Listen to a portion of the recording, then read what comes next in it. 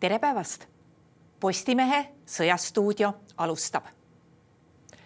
Oma viimases videopöördumises ütles Ukraina president, et veebruarikuus ei tohi kaotada Ukraina tugevdamisel enam mitte ühtegi päeva.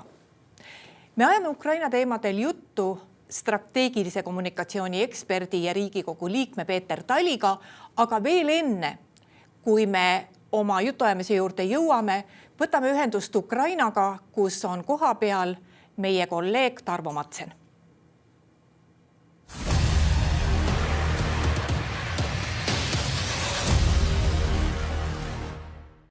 Tere Tarvo! Kui me vestlesime eelmisel nädalal, siis sa olid Kiievis. Kuhu nüüd oled jõudnud?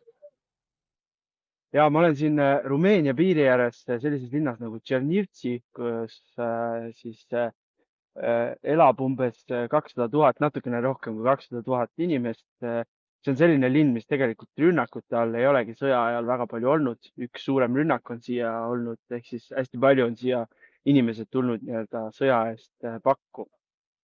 Aga kõigele vaatamata tean ma meie eelnevatest juttudest, et elatakse seal samamoodi kui nendes kohtades, kus on rünnakud just sellise igapäevase heaolu mõttes, et elektripiirangud, kütet ei ole. Kuidas seal on? Ja ma pean ütlema, et minul on siin isegi hullem kui Kiievis selles mõttes, et mina Kiievis peatusin hotellis, millel oli generaator, ehk siis mul enamus ajast oli elektrit. Aga siin on mul olnud elektrit umbes 2 või 3 tundi päevas, mis tähendab ka seda, et tegelikult ei ole kütet, et kui gaasikütet ei ole, siis on ka külm, ehk siis selles mõttes on üsna keeruline siin olnud, et ma siin just praegu ootan, et täna saaks elektrit, et saaks asju laadida. Kui palju toas temperatuur on? No kõige hullem, mis on olnud, on 12 kraadi. Selles mõttes see on veel tegelikult täitsa hästi, et on inimesi, kes elavad hullemini, et panen vanaema villased sokid jalga ja siis on nagu okei. Aga pikemalt olla üsna ebameeldiv tegelikult. Mis panebki küsima, et kui Venemaa eesmärk on rünnates tsiviiltaristut, panna inimesed sellisesse olukorda, kus on pime, kus on külm, kus ei ole sooja vett ja inimestelt on ära võetud kõik see, mis inimlikuks elamiseks vaja on, siis kuidas seda ühiskonda muutnud on? Kuidas inimesed tunnevad, kas neil on jaksu vastu pidada? Kindlasti on jaksu. Selles ei ole kahtlust ka. Ma võin tuua näite eilsest, kui ma istusin restoranis, sõin lõunat ja järsku plaks läks terve tuba pimedaks. Ja mida inimesed tegid, vaatasid korraks ringi, võtsid taskulampid välja ja sõid edasi. Et see ukrainlaste mentaliteet on ikkagi selles mõttes täiesti uskumatu, et samamoodi Kiievis, kui ma ära tulin, lapsed hakkasid tantsima raudteejaamas, neil oli selline väike show seal, et hoolimata sellest kõigest, mida see rahvas on läbi elanud, nad on ikka täiesti uskumatud. Kas sinna Ukrainasse on jõudnud ka meie vabariigi presidendi väljaütlemised teemal siis, et Eesti peaks või Eesti arvab, et Euroopa vajab Venemaa-poolsed läbirääkijad või siis, et Ukraina peaks ajutiselt mingitest territooriumitest loobuma?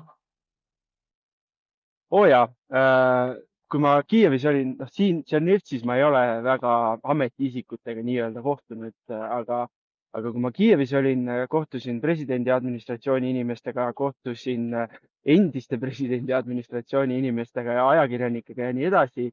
Ja igaüks mainis seda, et Ukrainas vaadatakse seda natukene sellise peene naeruga, et no minge siis proovige, et vaatame, kas Putin teid võtab tõsiselt või mitte. Kui suur on ukrainlastega rääkides nende toetus nende oma presidendile ja sellele, kuidas tema asju otsustab? Tegelikult Zelenskit ikkagi toetatakse, sellepärast et jah, vahepeal oli selles toetuses väike mõranemine selle korruptsiooniskandaali tõttu, aga tegelikult inimesed ikkagi saavad aru, et presidenti vahetada sõja ajal ei saa, lihtsalt ei saa ja ei ole hea ja nii oodataksegi lihtsalt, et kuniks sõda läbi saab ja siis tegeleme nende asjadega. Et ma tean isegi tegelikult ühte inimest, kes on ise Porošenko toetaja ja isegi tema ütleb, et aga praegu ei vaheta presidenti. No me näitame kohe pärast seda, kui me sinuga jutuajamise lõpetame, seda, kuidas Eesti pani püsti oma telgi ja sa eelmine kord rääkisid ka, et kui ei ole üldse sooja, siis need telgid on mõeldud selleks, et inimesed sooja saaksid. Et kui hästi see telk, mille püstitamisel ka meie välisminister kohal oli, inimeste poolt vastu võetud ja kui palju inimesed seal käivad? Selles mõttes ma ei tea nüüd tagantjärgi, see oli nüüd avamine, kus mina käisin, küll aga see linnaosa, see on Kiievi linnaosa Troješina, see on põhimõtteliselt äärelinnas selline suured 12-20 korruselised kortermajad. Ma käisin samal päeval seal majades ja korterites nende inimeste juures, erivajadustega inimeste juures. Toon näite näiteks 9. korrusel elav ratastoolis naine, lift ei tööta, kütet ei ole, elektrit ei ole, mitte midagi. See linnaosa on kõige rohkem rünnakute all ka olnud, et see telk on kindlasti vajalik, see telk, seal sai elektrit, seal oli soe, lapsed said seal mängida ja nii edasi, et siin on see tegelikult elu ja surma küsimus, et sellised asjad Eesti poolt, kas või üks telk on juba väga hästi.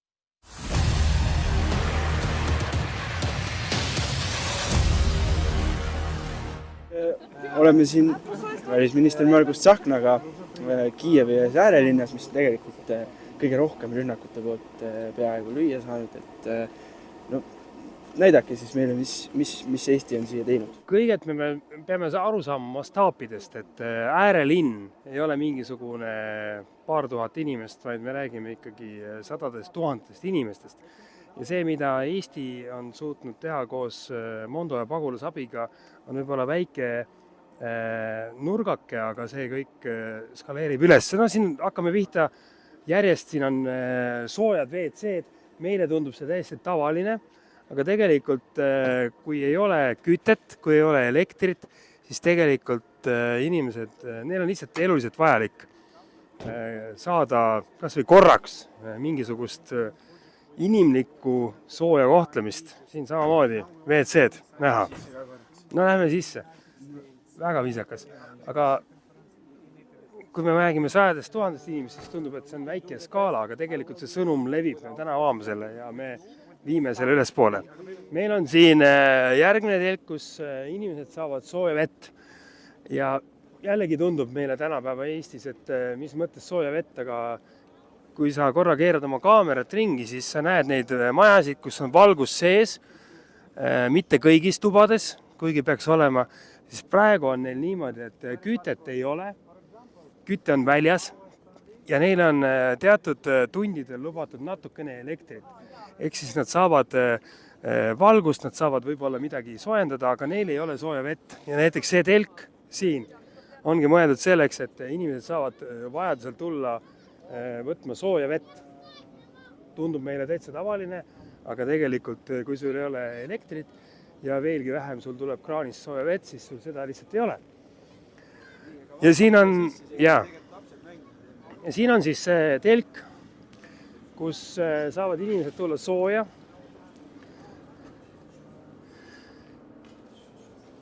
Ja tõepoolest, kui sisse tulla, ma võin öelda, et siin on umbes 21 kraadi vähemalt, aga see mõte on, et lastel, inimestel üldse oleks võimalik siia tulla. Nagu te näete, siin on mingid laste mängutoolid, mänguväljakud, aga point on selles, saavad siin laadida oma telefone, nad saavad tunda, et nad on kuskil nagu kindlas kohas ja soojas. Ja siit antakse informatsiooni, kuidas moodi neid saab laiemalt haidata. Ja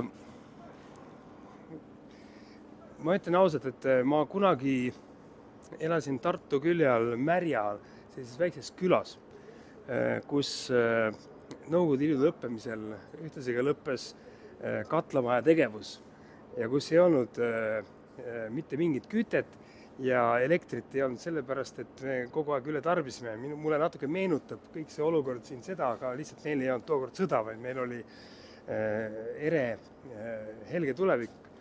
Ja kujutage ette, et on teil koht, kus tulla, kus on soe, kus inimesed teiega tegelevad, lapsed saavad omavahel suhelda, sa saad oma, ma ei tea, kas või telefoni laadida, elekter on olemas ja see ei ole ainukene telk, vaid neid telke saab olema väga palju.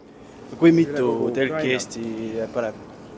See sõltub praegu sellest, kui palju raha me saame tegelikult sellele projektile eraldada ja me kutsume ka teisi doonoreid ja see on üks esimesi, mida me täna siin avame. Nii et üksine telk ei lahenda kogu probleemi, aga iga selline samm on praktiline inimeste jaoks, aga see annab ka tegelikult sõnumi, kui siin ümberringi vaadata, siis selles väga nukras, külmas, pimedas, kohutavalt suures rajoonis, mis on palju kordi suurem kui näiteks meie Lasnamäe.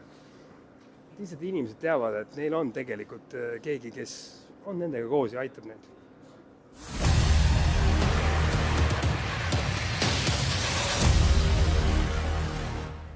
Ja nüüd me jätkame Peeter Taliga juba stuudiost juttu. Tere, Peeter! Tere! Meie viimastes sõjastuudio saadetes me oleme keskendunud sama palju kui rindel toimuvale, täpselt sama palju inimeste olukorrale, sest Ukraina nende venelaste rünnakute tagajärjel on tõesti humanitaarkatastroofi äärel. No võib-olla võime astuda isegi sammu edasi, et öelda, et see ongi katastroof. Et ukrainlastele on see kindlasti kõige raskem talv alates teisest maailmasõjast või isegi Holodomori ajast. Kommunistid korraldasid seal naljahäda, et viisid välja toiduained ja ukrainlased nälgisid. Et see on nagu kaks asja, et see näitab, et Venemaa kindralstaap on ühest küljest meeleheitlik, sest nad rinnetel ei ole edu suutnud saavutada, operatiivtaktikalise tasandi ega strateegilist läbimurret ei ole nad saavutanud ja siis see eesmärk on ikkagi lõhkuda Ukraina energiataristut, mis on siis elekter, küte pluss raudtee eesmärgiga murda ukrainlased ja sundida nad alla andma ja näidata ka seda tervele maailmale. Aga hea uudis on see, kaks head uudist ka, et ukrainlased ei väsi ega murdu siiski ja et nüüd ukrainlased jälgivad väga tähelepanelikult ka ilmateadet, et pakane loodetavasti annab Ukrainas järgi. Eriti raskes olukorras on muidugi Kiiev. No kogu selle taustal on nüüd ameeriklased hakanud järjest rohkem rääkima sellest, et see sõda võiks suveks lõppeda. Ukrainlasi on kogu aeg survestatud nende niinimetatud rahuläbirääkimiste ajal mingitele kokkulepetele, millele algul natukene otsekohesemalt ja hiljem juba pisut diplomaatilisemalt on Ukraina poolt tulnud ikkagi selline ei. Kas see uus tähtaeg võib panna ukrainlased suurema surve all? No jah, see tähtaeg on ja ei ole, et Zelenski midagi ütles, ameeriklased ütlesid, et päris nii see ei ole, et ameeriklased on igasuguste tähtaegadega väga ettevaatlikud, sest venelased ikkagi üritavad neid nõrgendada ja teha naeruväärseks, et nad ei suuda seda kuidagi välja mängida. Ja kuna rindel, vaatame korra rinnet ka või, et rindel on tegelikult suhteliselt patiseis ja siin see võtmeala on ikkagi, mille üle ka kaubeldakse, on siis topeltlinnastu Kramatorsk-Slovjansk ja siit Pokrovski peale või mis sellest järgi on, käib suur surumine Pokrovski ja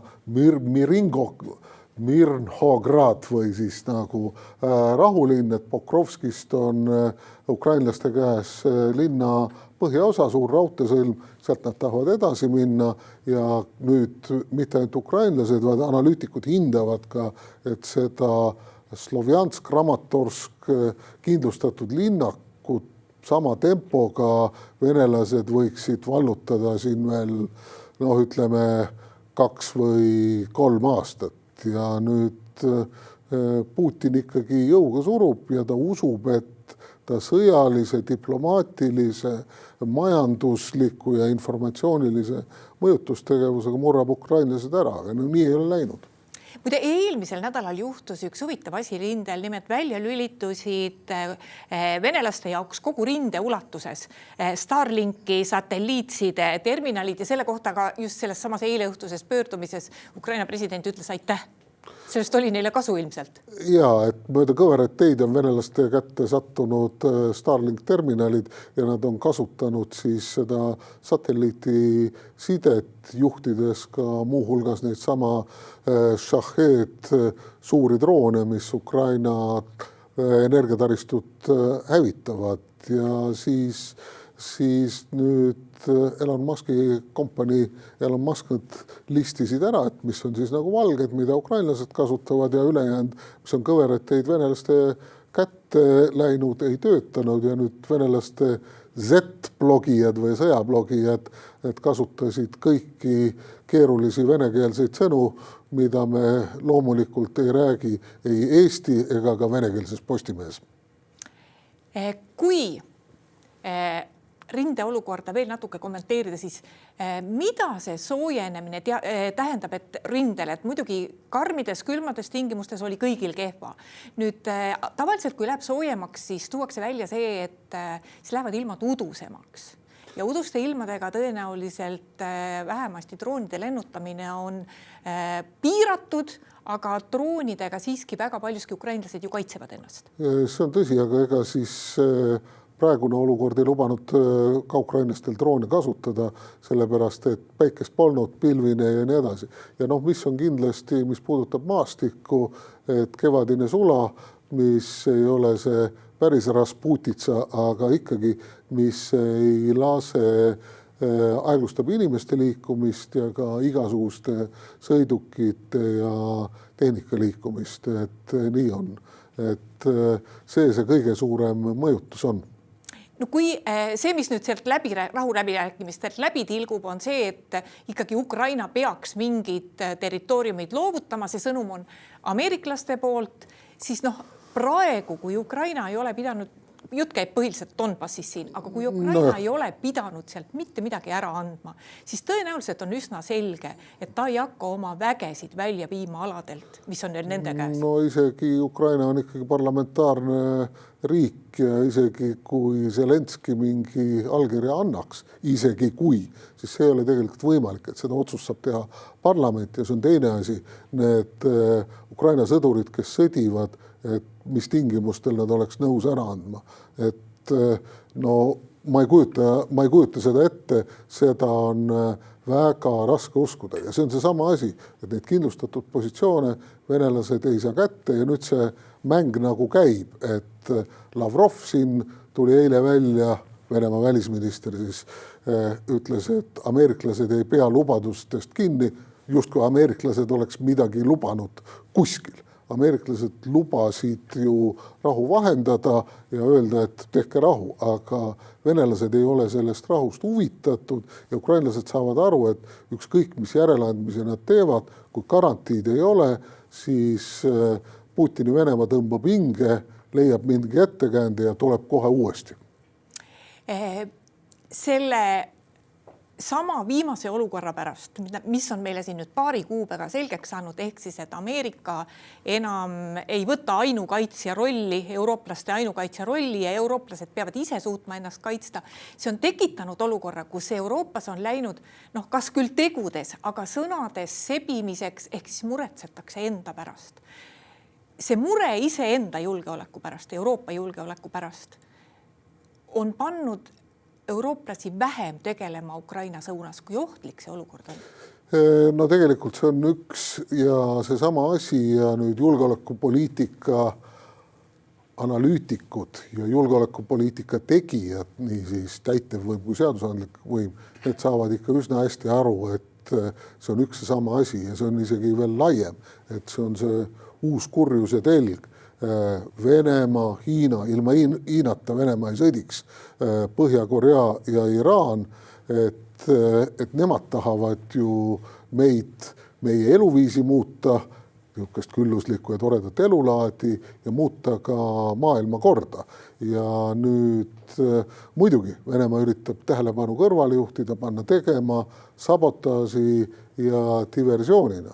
Aga nüüd see nädal on selles mõttes jälle oluline, et nüüd kohtuvad Euroopa Liidu kaitseministrid, kohtuvad homme ja kohtuvad ka siis Ukraina kaitseministriga siis neljapäeval on mitteametlik Euroopa Liidu ülemkogu, kus räägitakse Euroopa konkurentsivõimelisest, kindlasti ka Ukrainast ja siis loomulikult Euroopa kõige olulisem julgeolekukonverents Münchenis nädala lõpus.